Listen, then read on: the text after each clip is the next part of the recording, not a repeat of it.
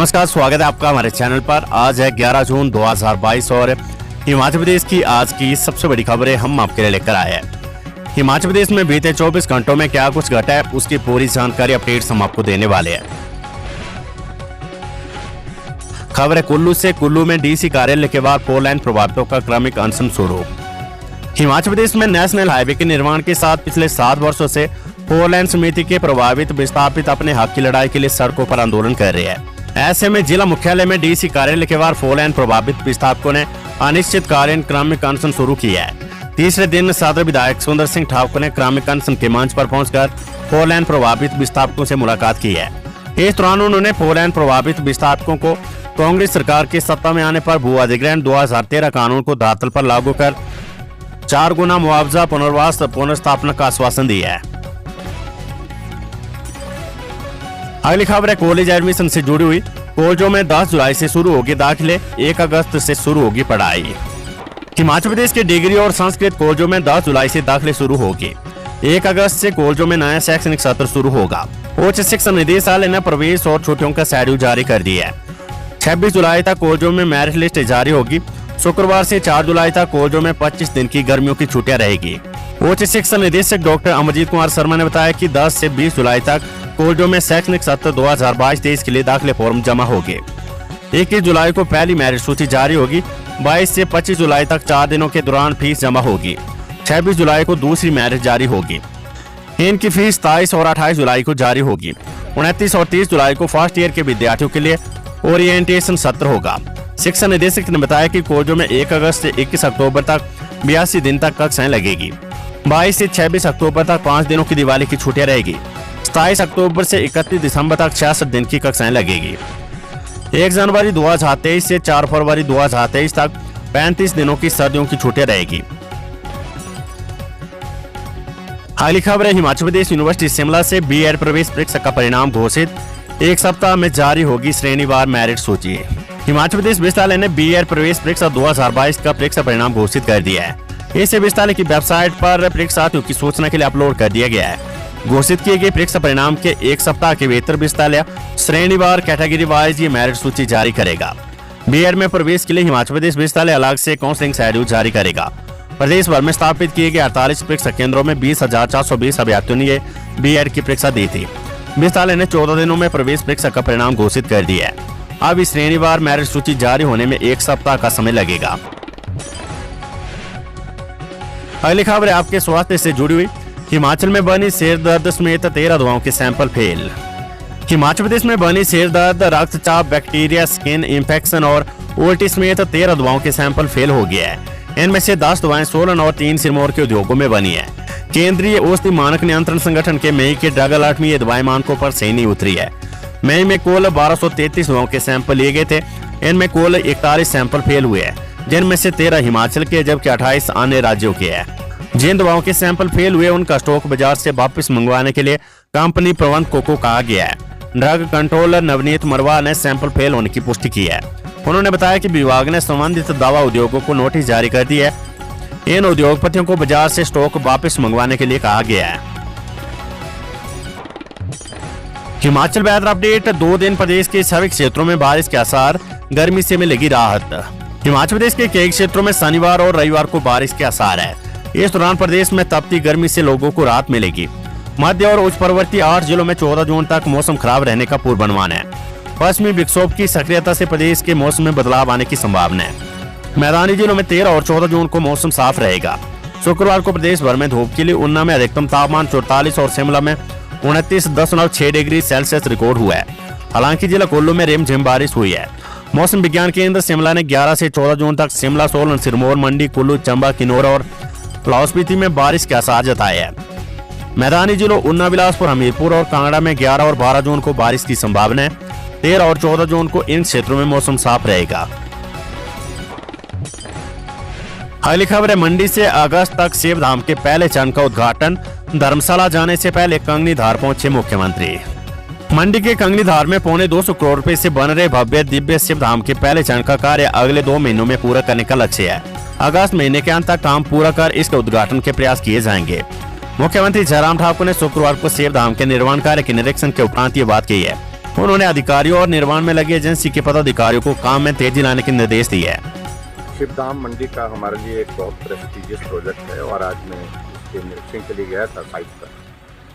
कार्य प्रगति पर है, लेकिन उसके बावजूद हमारा लक्ष्य है कि हम अगस्त महीने के अंत तक इसका फर्स्ट फेज का इनॉग्रेशन करने की स्थिति में हो जाए। इसलिए मैंने अधिकारियों को भी कहा है और उसके साथ साथ में मैंने जो यहाँ काम कर रहे हैं कॉन्ट्रैक्टर, उनसे भी इस बात के लिए आग्रह किया है कि थोड़ा तेजी ला जाए, क्योंकि बरसात का मौसम शुरू होने के बाद फिर काम में थोड़ा सा विलम्ब हो सकता है। इसलिए जितना जल्दी इसको पूरा किया जा सके उसको पूरा करना ये है। और दूसरा सेकंड फेज का जो हमारा शिवधाम का एडीबी के लिए उसकी डीपीआर बन रही है और मुझे इस बात की खुशी है कि हमको हिमाचल प्रदेश के लिए आदरणीय प्रधानमंत्री जी ने एडीबी के अंतर्गत 2100 करोड़ रुपए का जो प्रोजेक्ट स्वीकृत किया है, उसमें एक सेकंड फेज जो शिवधाम का जो आने वाला है वो उसके अंतर्गत आएगा और उसकी डीपीआर जैसे बनती है तो जैसे सारी फॉर्मेलिटीज पूरी होती है उसके बाद उसका टेंडर करेंगे और उसके बाद काम करेंगे। और मंडी के लिए मैं समझता हूँ कि ये एक बहुत प्रेस्टिजियस और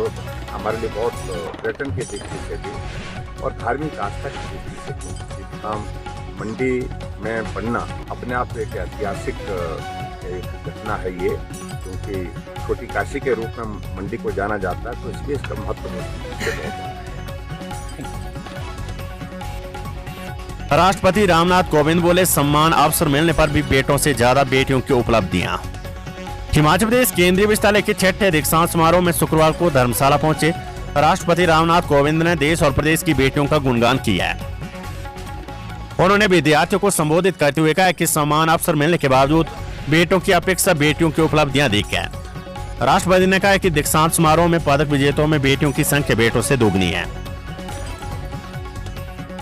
विधायक के सामने ग्रामीणों ने उखाड़ी टारिंग, अफसरों को सुनाई खरी खोटी। रेणुका बिरला वाया तिरमिल्ली सड़क पर हो रही टारिंग की घटिया गुणवत्ता को लेकर दूसरे दिन भी ग्रामीणों ने प्रदर्शन किया।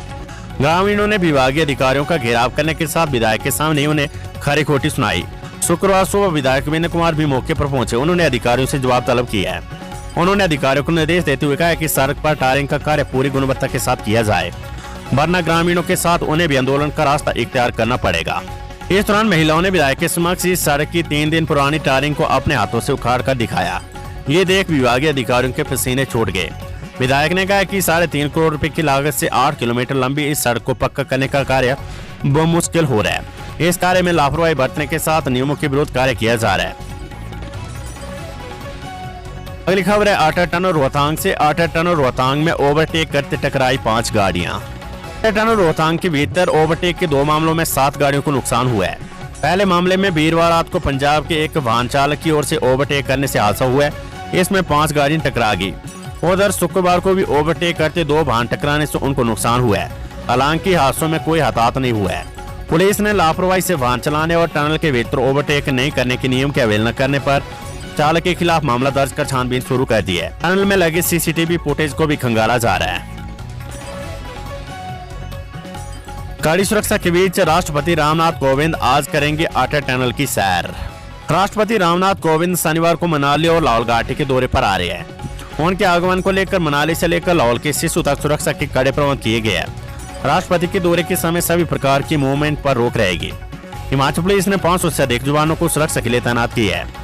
शनिवार को लाहौल से लेकर मनाली तक के दायरे में पैराग्लाइडिंग, ड्रोन उड़ान जैसी गतिविधियों पर प्रतिबंध रहेगा। लाहौल और कुल्लू प्रशासन ने इसकी पहले अधिसूचना जारी कर दी है। अगली खबर है 16 जून को धर्मशाला आएंगे प्रधानमंत्री नरेंद्र मोदी, कर सकते हैं रोड शो। शिमला के बाद धर्मशाला में प्रधानमंत्री नरेंद्र मोदी रोड शो कर हिमाचल की सियासी फिजा गरमा सकते हैं। हिमाचल भाजपा ने पीएमओ को धर्मशाला में प्रधानमंत्री नरेंद्र मोदी का रोड शो करवाने के लिए प्रस्ताव भेजा है। अगर पीएमओ ने प्रस्ताव को मंजूरी दे दी तो धर्मशाला में प्रधानमंत्री का रोड शो होगा। भाजपा के नेताओं ने प्रधानमंत्री के रोड शो के लिए तैयारियां शुरू कर दी है। पार्टी सूत्रों की माने तो रोड शो के सफल आयोजन के लिए शीर्ष नेताओं ने विधानसभा अध्यक्ष विपिन परमार को जिम्मा सौंपा है।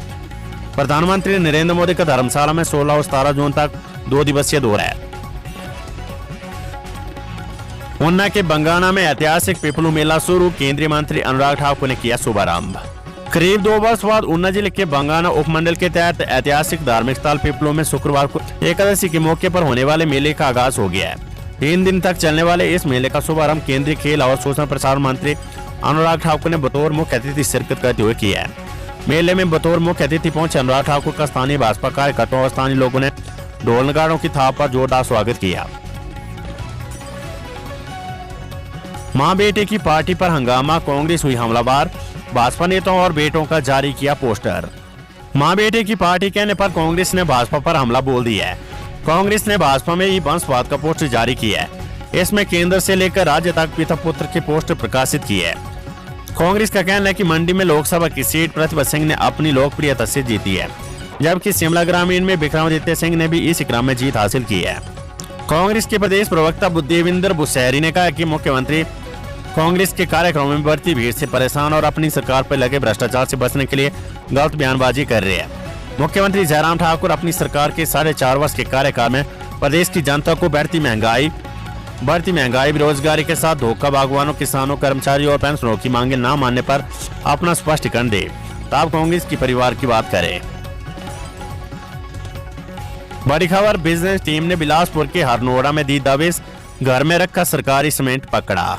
बिलासपुर जिले के तहत सदर विधानसभा क्षेत्र के अंतर्गत ग्राम पंचायत हरनोड़ा के एक गांव में बिजनेस विभाग ने एक व्यक्ति के मकान से सरकारी सीमेंट पकड़ा है। सरकारी सीमेंट की 34 बोरी बरामद हुई है। एक बोरी जिसमें 1/4 भाग सीमेंट व 10 बोरी सरकारी सीमेंट की खाली बरामद की गई है। संबंधित व्यक्ति द्वारा अपने घर में सरकारी सीमेंट रखने व भवन निर्माण कार्य में इस्तेमाल करने पर राज्य सतर्कता एवं भ्रष्टाचार रोधी ब्यूरो थाना बिलासपुर में मामला दर्ज कर लिया है। 17,000 हेक्टेयर जंगल राख, 3 की मौत, आग बुझाते वक्त सोलन, सिरमौर और ऊना में हादसे। जंगल की आग प्रदेश में अब तक करीब 17,000 हेक्टेयर वन क्षमता को निगल चुकी है। प्रदेश में धधकरे जंगलों से वन विभाग को 4.5 करोड़ रुपए का नुकसान हुआ है, जबकि आग बुझाने के दौरान हुए हादसों में अब तक 3 की मौत हो चुकी है। इनमें से 2 वन निगम की कर्मचारी शामिल है, जबकि एक अन्य महिला की मौत नालागढ़ में हुई है। साथ ही आधा दर्जन के करीब कर्मचारी घायल भी हो चुकी है। सिरमौर, सोलन और ऊना में जंगल की आग से मौत के मामले दर्ज हुए हैं। सेंट्रल यूनिवर्सिटी के दीक्षांत समारोह में बोले मुख्यमंत्री जयराम ठाकुर, हिमाचल ने शिक्षा क्षेत्र में स्थापित किए नए आयाम।